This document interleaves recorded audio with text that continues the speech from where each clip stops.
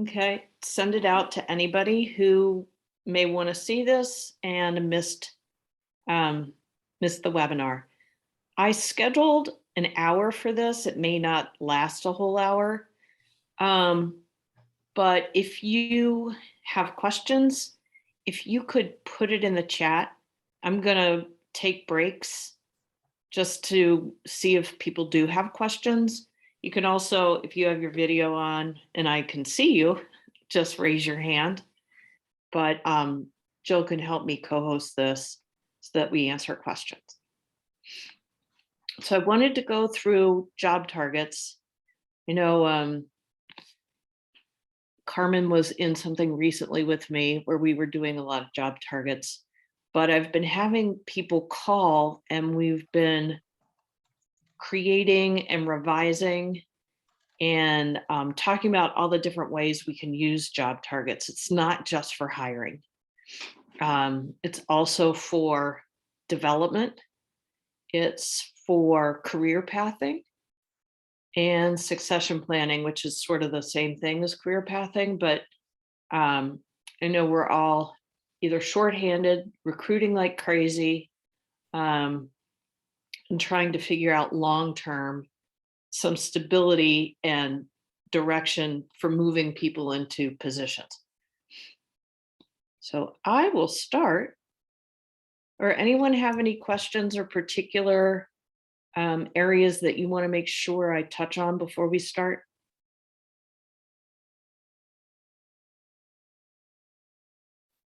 I'm gonna go with a no. Okay.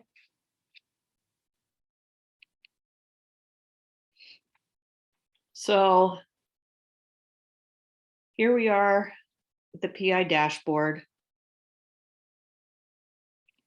And so the first thing I'm going to do is just walk you through how to create a new job. And there is a button up in the top right-hand corner. And everybody should have that. And you just click on create a new job. And you put in whatever the job title might be. And I might put in, plant operator. And it's going to come up with some suggested jobs or job families. I encourage you to click on no close match.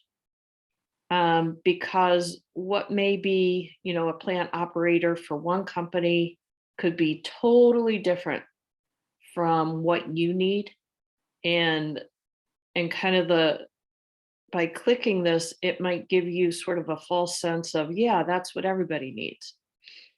So I encourage you just to click no close match. You can enter a job description or not. It doesn't matter. You can go in and do that later.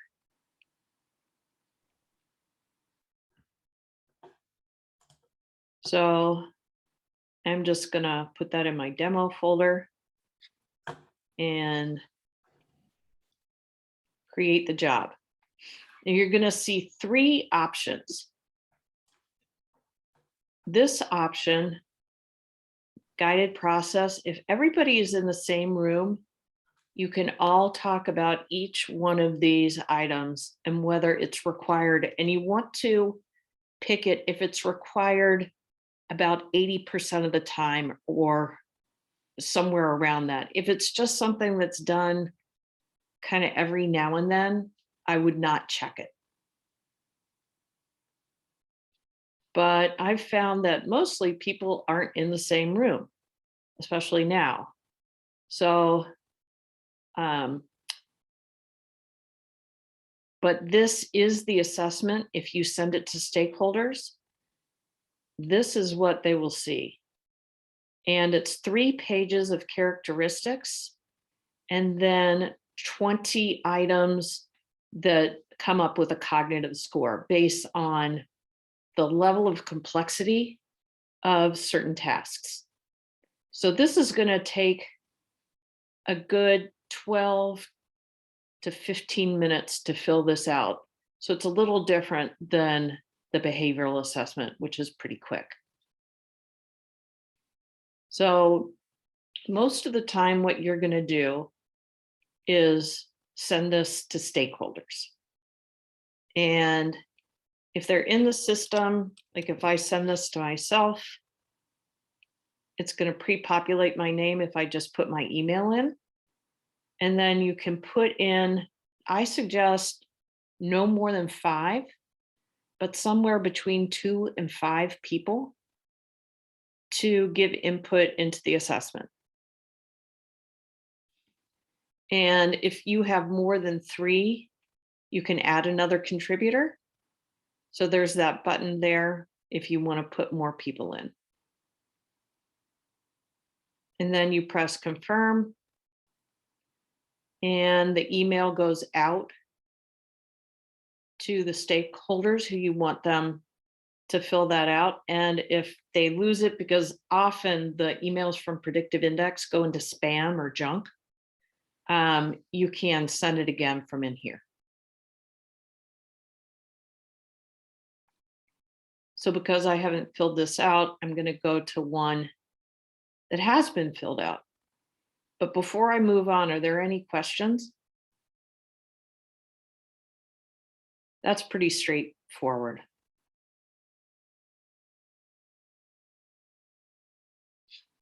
Yep, I don't see any questions or hands up. Okay. So I created a target for, this is not the one I want, for business development. And I sent it out to a couple stakeholders. And when I click on business development, I see this because it's been kind of filled out. But what I want to do first is make sure that the stakeholders agree on what the requirements are for the job. So I'm going to click on modify target. It's small up here in the right-hand corner. And then down below here, I'm going to go to manage stakeholder input. So I can see that 2 people filled this out.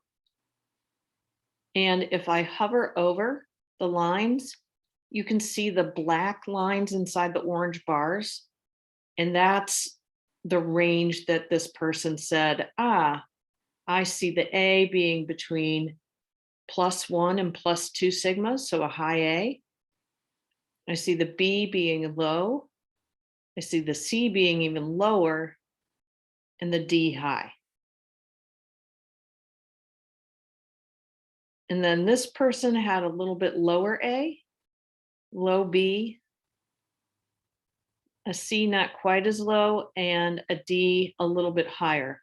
So the orange bars are going to stretch the whole way from the lowest to the highest input.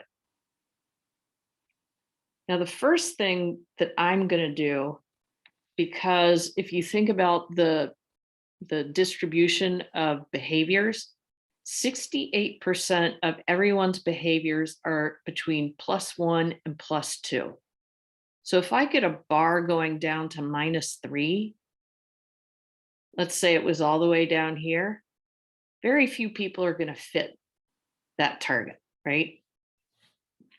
So the first thing I'm going to do is bring everything in just a little bit so that I can have the same shape, but I'm going to catch more people because it's a little bit narrower.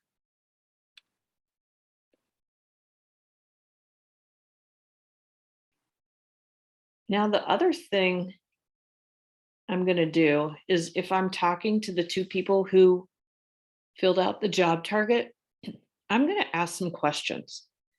And in chat, I posted 2 documents. One is questions to use for reconciliation. So if you go into chat, you can download that. Hey, Beth, Yeah. if you put them into chat before we started, then other people aren't going to see them yet. You're going to have to redo it. Oh, okay.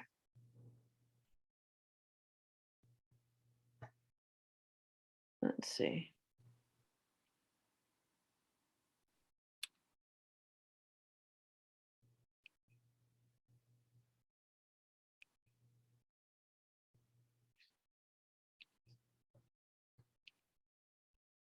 Okay, it's in there again. Yes. Okay.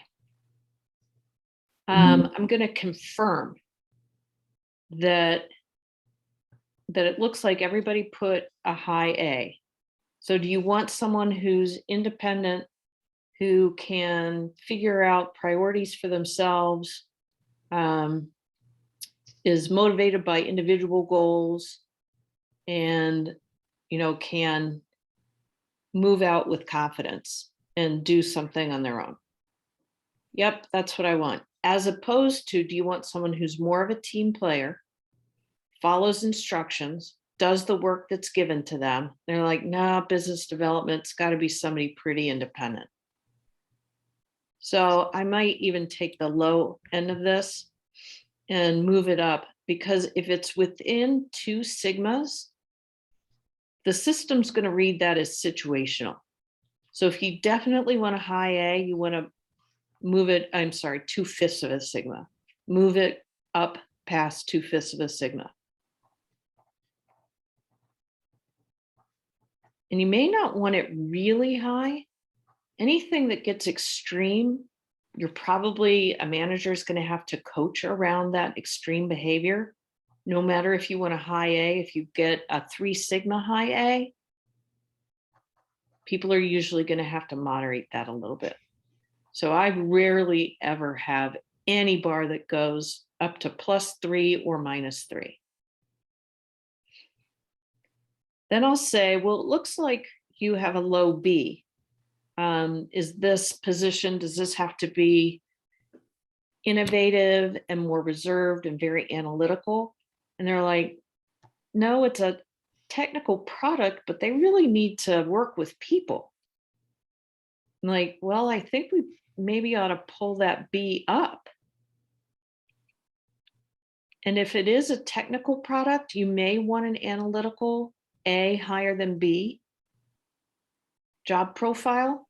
Whereas if you make the B higher than the A, it's going to be a more social profile. They're like, no, it's really technical sales. So we've got to have somebody who's a little bit more directive and a little bit more analytical going out to do business development. Then it's like, oh, low C. So is this person under time pressure, has to handle multiple priorities all the time? Yep. We really need to get, business in the door. So I might still put that there. Like, fine. If someone says, no, it's pretty repetitive. Now, business development isn't. But if it's pretty repetitive, then that C would go high. And then we look at the D. And you want to say, is this an A higher than D position? So they need to make some decisions with uncertainty and be more flexible? Or is it D higher than A, where they have to be really certain, have all the information, not take any business risks? They're like, you know what? They're not going to know everything. It needs to be a little bit more flexible, but still, because it's a highly regulated product, we still want them to be pretty high on the D. Now, a lot of business development, you're going to see low Ds because they really have to be creative. So I might make this almost situational, kind of hovering right there. So I've given you a few questions. You just want to confirm. If everybody agrees, great, but still confirm. Sue, do you have a question? Yeah, I do actually. At one point in time, you mentioned having A and D not overlap. Yeah, in this, I would much rather not have A and D overlap. Every now and then it does. Okay. But if the bar's position themselves and it's clearly like D lower than A for the bulk of it, the system will treat that as A over D. So this system's a little bit more flexible than our old way was. Okay, good. So, But for this, I'm gonna make it pretty clear. yeah, you're making it clear.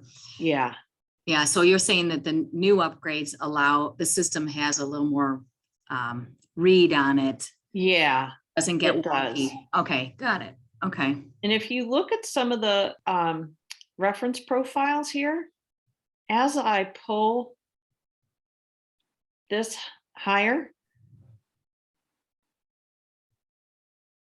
it's going to change the reference patterns. So when you're in manage stakeholder input, you can see the reference patterns here. Go ahead.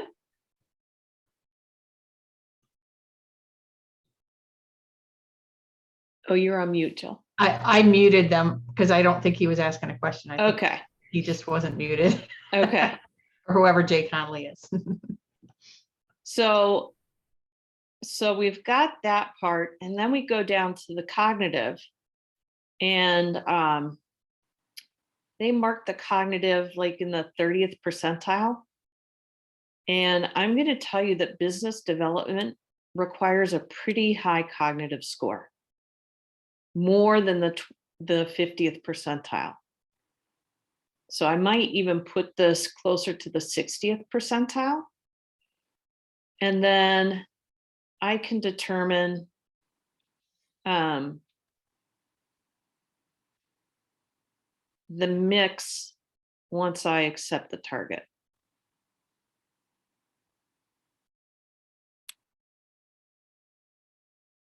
So I've come to some agreement, and we've got a match score weight of 50% on cognitive and 50% on behavioral. And we can change that. I was looking for the slider to change that. And here it is. Let's say we only wanted 25% on cognitive. We can change that mix to come up with a total match score.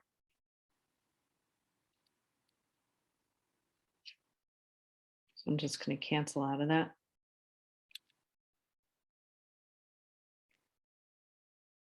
Now, you can love the bars and the ABCD all you want, but the next step I go through is I create this job report.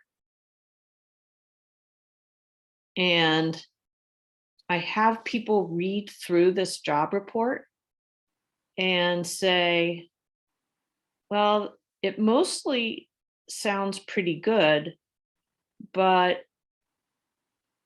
I would like to change the scope of the job may require effective delegation to proven people. Well, I want them to delegate everything. And when I read that, I can quiz you, but that's about the D, because we made it situational, so it's a little bit high. Now, if you just want easily delegate, you take that D lower. And that will change some of the words in the job report. So decision-making focused on implementing practical, timely solutions. That is A higher than B.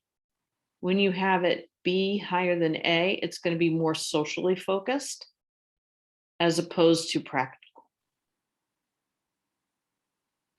So you can play around with this. And I've had people do that to see how the wording changes. And you can also look down here. This also always says risk taking. And I translate risk taking in able to make decisions with some uncertainty. And PI says, no, that's risk taking.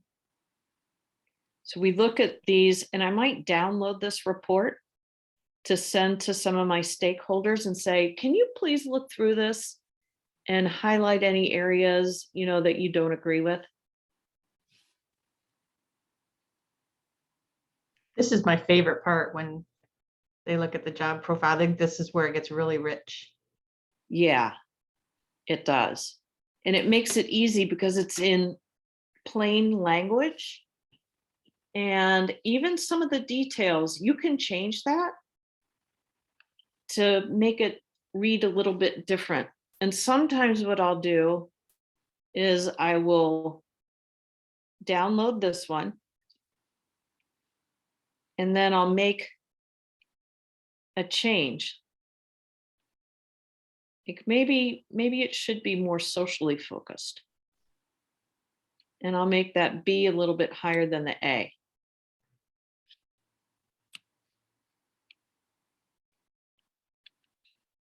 And I'll send out this job report. High degree of selling, whether ideas, and you don't see the practical solutions here. You see more of a persuasive salesperson.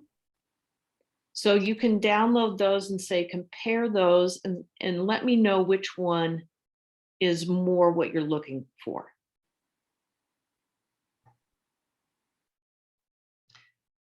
So Beth, Amanda asked a question. And I know this, what I share with them, she said, should the traits and bars overlap like they do? They'll, in an ideal world, no. Because if you know the factor combinations, it's nice when they're nice and clear. But what I found is they can overlap some. You can have some that are right on top of each other. And that changes the wording too. Because it says, well, it's situationally analytical or persuasive. And some of the wording changes on that.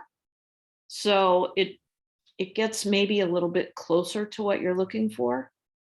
When they overlap, the system starts seeing it as, we could go either way on this factor combination. Same with the A and D, but I don't like to go either way on the A and D. It's either A higher than D or D higher than A.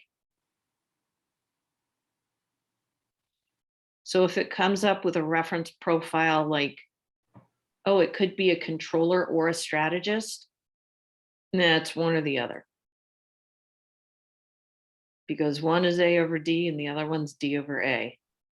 So those are the things that you can be careful of. Are there any other questions? Did that answer that, Amanda? Yeah, that helped. It was just, I think when we had done a lot of our job targets, we'd always made sure to keep them separate. But I get where you're saying, where sometimes if it doesn't matter if it's A over B or B over A, where that gives us some flexibility. Right. Either one might be able to work, like it's not a deal breaker, like the A and D are.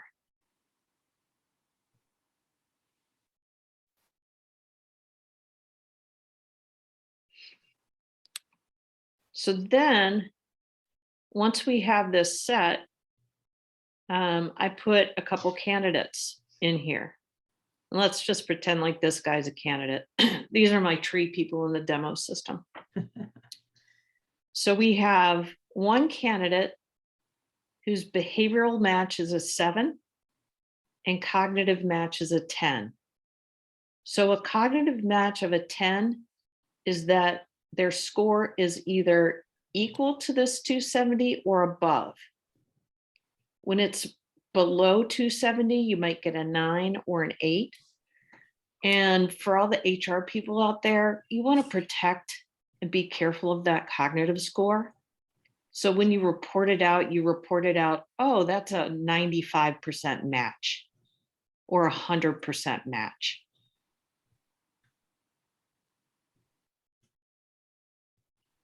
So let's take a look at Billy. Because actually the behavioral match scores, I'm not a huge fan of, because they don't consider the AD factor combination. But right now, Billy's A is higher than his D. So I'm going to click on him.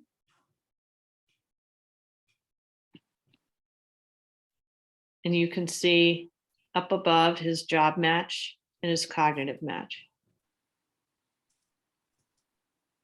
You probably all know this, but then we can create an interview guide. I can either compare him to the job here so I can see it. And I can create an interview guide. Because hopefully everybody who's been through any training knows that 90% of the people who apply are not going to perfectly fit this behavioral target. Maybe 80%, but a high amount are not going to fit that. So you don't want to say, "Oop, can't hire them. They're not a 10 fit." So what you want to do is use some of these situational questions so that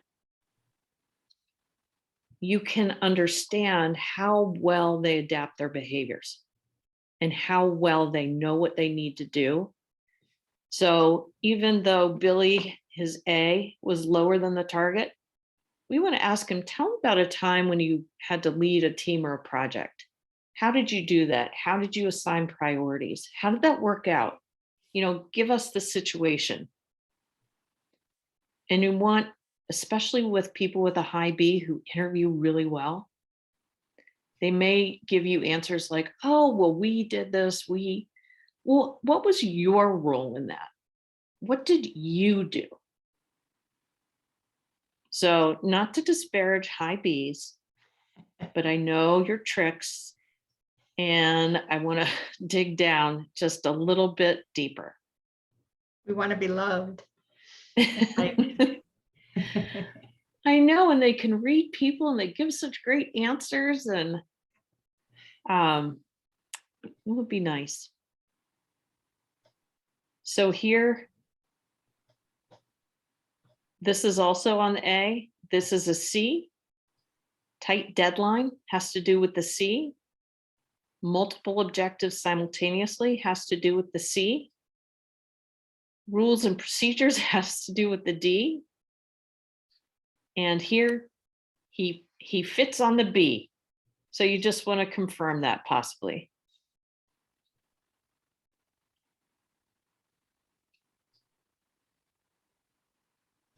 The other thing, so Billy's interesting, and we might go ahead and interview him. I'm going to go back into the role and I'm going to see if there's somebody I missed who might be a good fit. So I can do other matches for this job. Now, a lot of times it's just going to pick like 10 people, even though there might be a lot. And I'm like, Chris Dogwood, he's an employee. He's been talking about how he might like to change positions. And right now he's in my quote generation position. So, and I can see whatever he's in, he doesn't fit that very well. So I'm going to go back to my business development.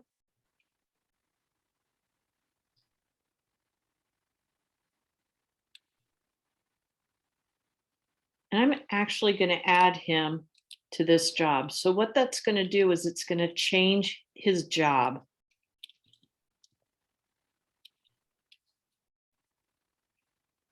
Because a person can only be assigned to one job at a time. So sometimes it's kind of hard to compare, but now I'm going to update the job in his profile. So I can switch it right there.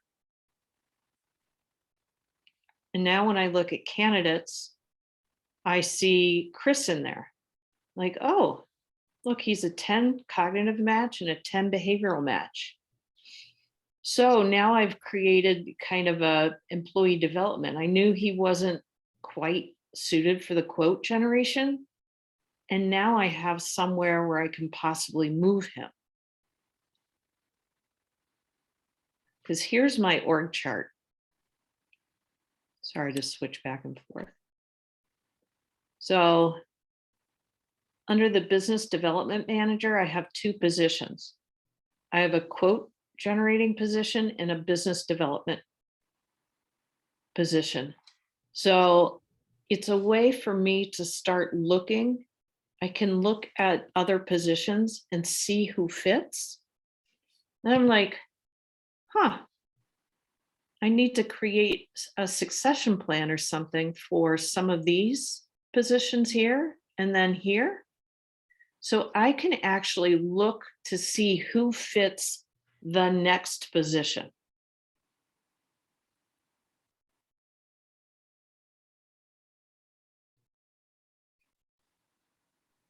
I'm going to take, are there any questions on that? Because it kind of went up several levels.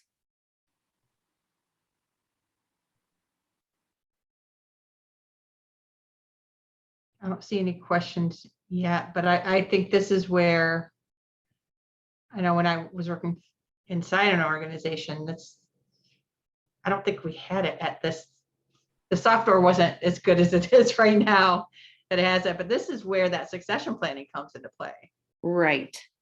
right? To say, hey, So- what are you could create a profile for, a general manager, let's say, because that's where you're saying, okay, I want to see who our potential general manager candidates, have your Right. employees loaded in there, and then you could either assign them to it to see how well they fit, or do the search that you just did to say So I who. might want to look at, I have a regional sales manager position. Oh. So let me see. Sometimes you have to enter things in different ways.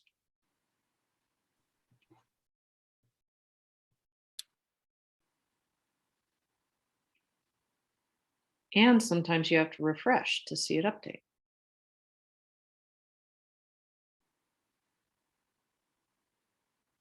I have to imagine that everybody's kind of worked through some of the system quirkiness.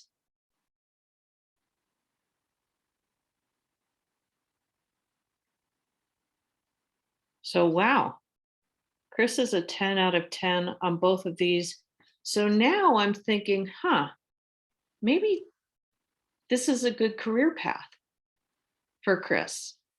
He's been a good performer, and I want to reach out to supervisors and say, what's this person's performance been like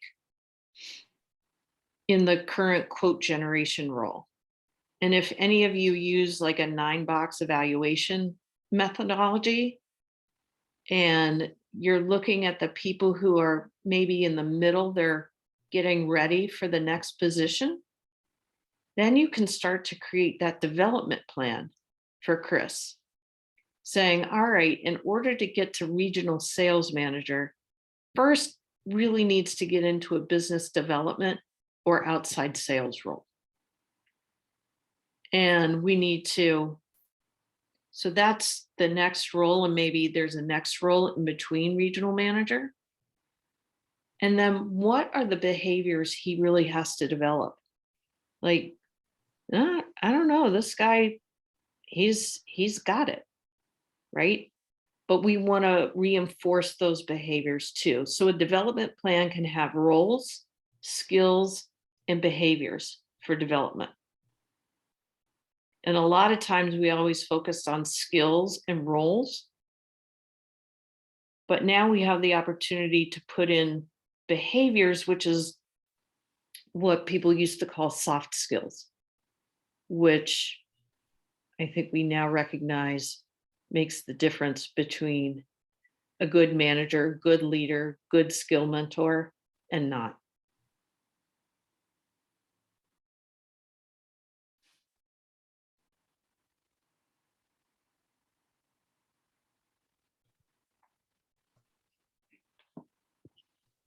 Any questions?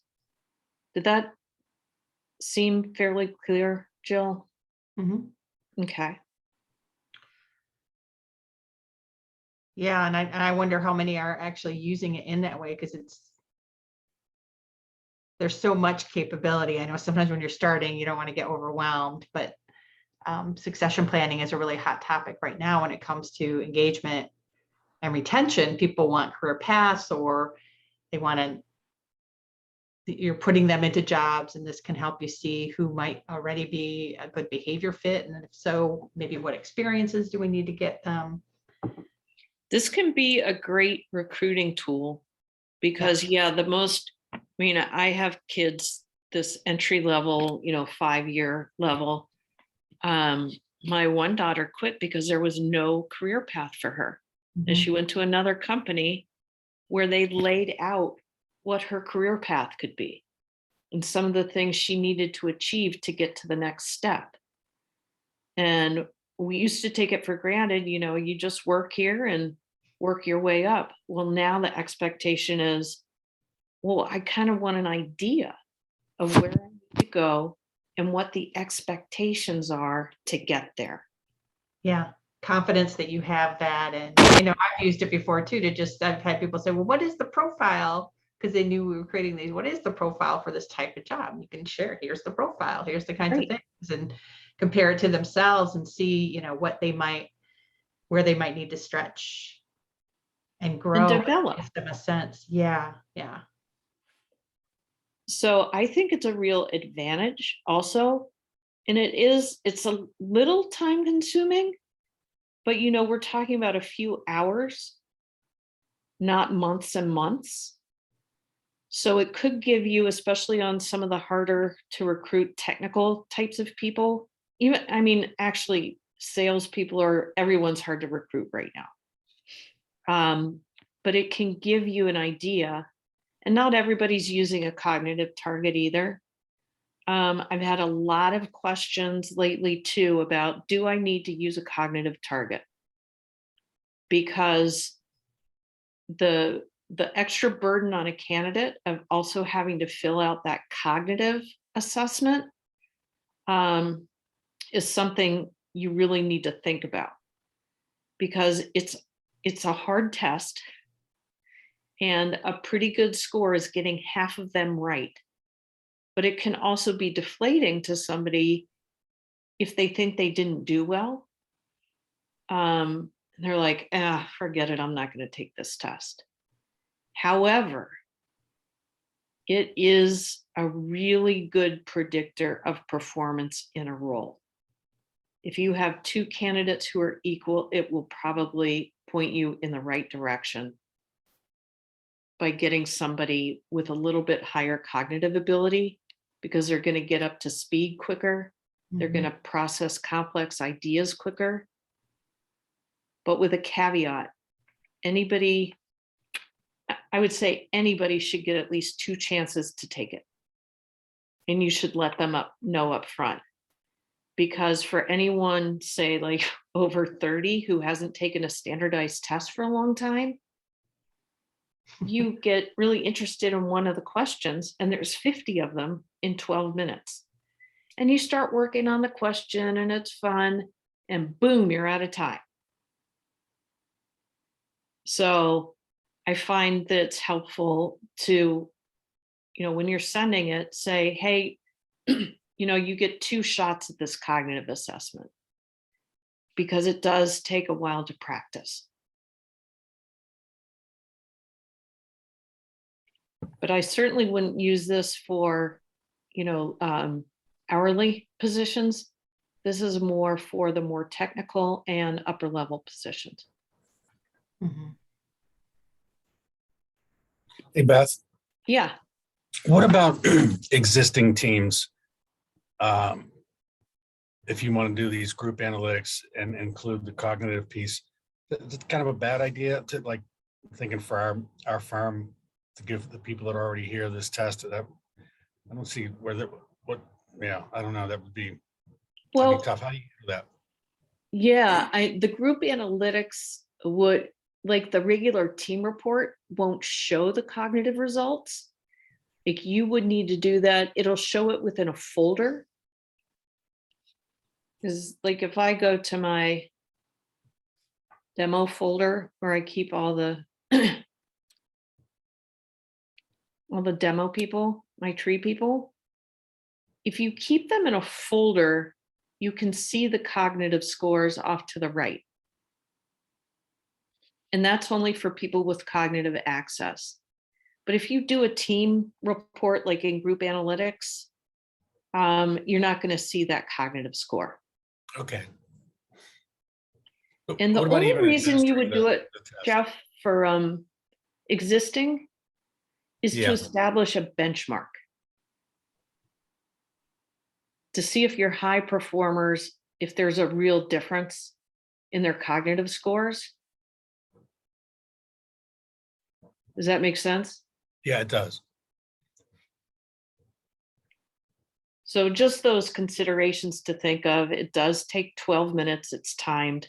So it's another barrier for a candidate, but it may well be worth it. Yeah. I think it'd be a great idea for new candidates. Maybe just leave the existing team Yep. alone.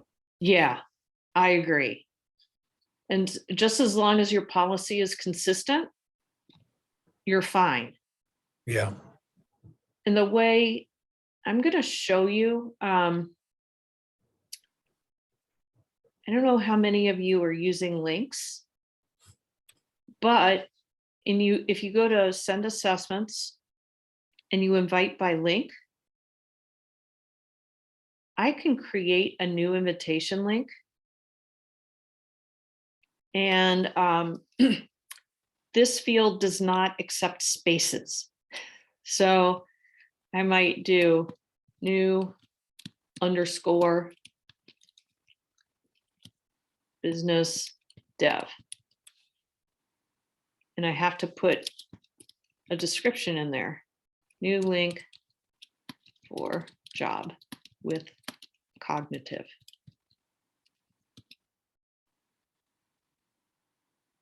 And I'll make it a candidate type. And I want to put everything in my demo folder or whatever folder you choose. And I'm going to associate it with a job.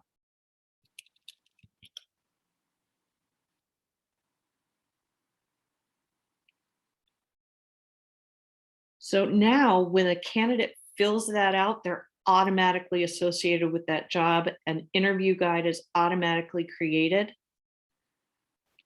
And if I do notification settings, I can send, I don't normally see people send the assessment report to candidates. They do send it to employees. I can set myself as the link owner. I can add maybe the hiring manager in here as a stakeholder and send that person the behavioral report so that I don't have to generate it every time. And I can put their email address in here. So That's a great time saver. it is a great time saver.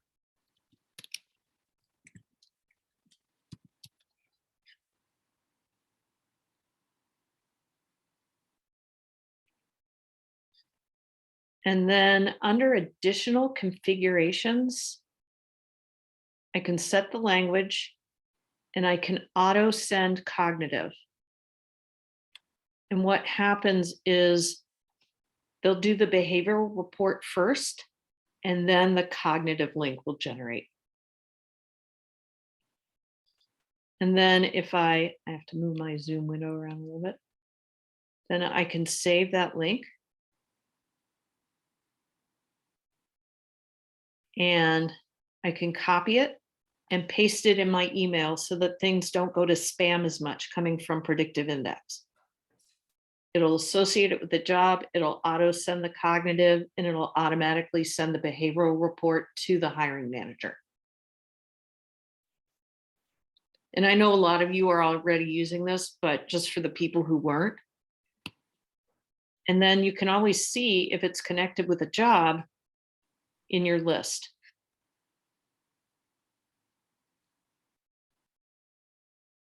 And if you want to edit that, you can just by clicking on there, and you can add another stakeholder.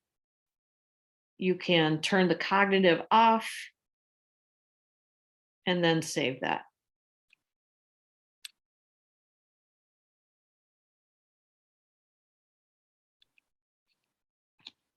So Beth, would you copy the link then in an email to that individual? Yes. Okay. Yeah. Yeah, all you do is just paste it right in your email. It's easier than going through, typing in the email address, typing. I mean, you can also do it individually. I'm just lazy. So invite by email, and I can add a new person.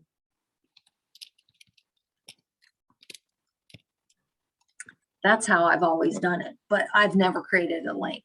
So I think it would save time to create the link. It really does. Oops, didn't like that. But it does give you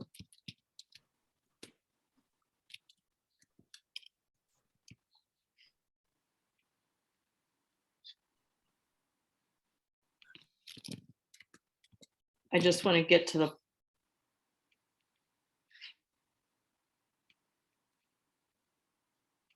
the place where you check behavioral and cognitive on this one. So I can create a new person. Do next. So I can do behavioral and or cognitive. So I can do this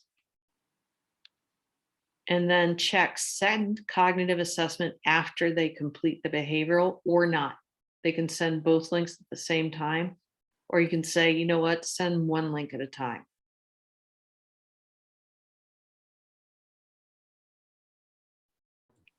Or I can just send the What's the cognitive. best practice there?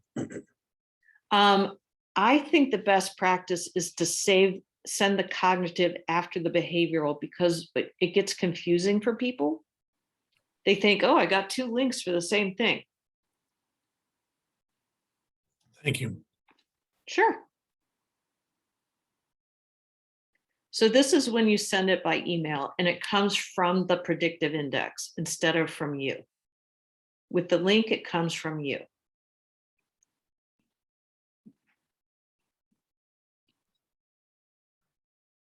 So Beth, a question on the cognitive assessment. Mhm. I think you did touch on it at the beginning, but who determines the appropriate score for a particular job? So that, yeah, and I didn't get all the way there. But on the cognitive assessment, if I create a new job,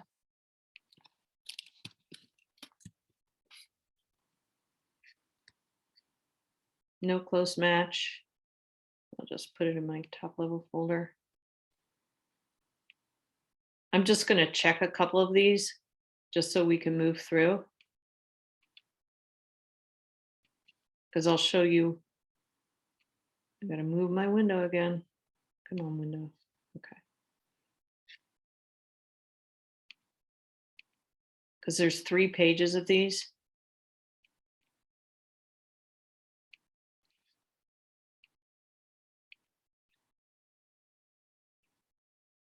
So here's what the cognitive looks like, the cognitive questions. So memorization, is it basic, intermediate, advanced, or not required? So this is where the cognitive score comes from. The more advanced things, the higher the cognitive requirement. So the individuals or stakeholders that you're sending these questions to, they determine which boxes they pick. Right, And based on that, it indicates a specific score. exactly. Okay. So if I just, and there's a lot of these.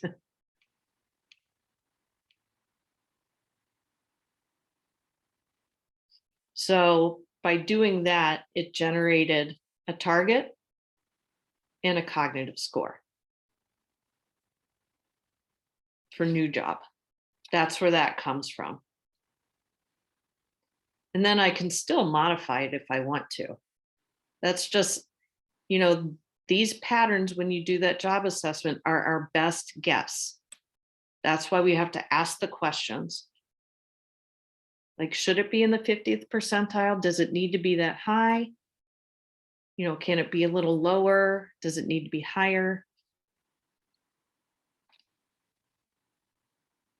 Other questions?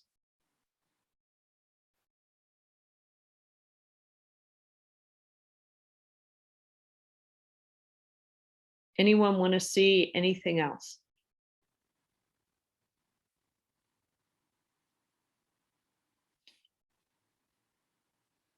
Okay, well, that's my agenda.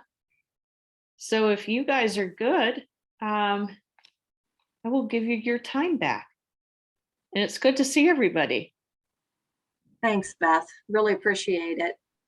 Thank you Thank you, Beth. guys. Yeah, thank you. Good, Thank you all. good stuff. Thanks, Okay, and Beth. as always, just let me know if you need anything.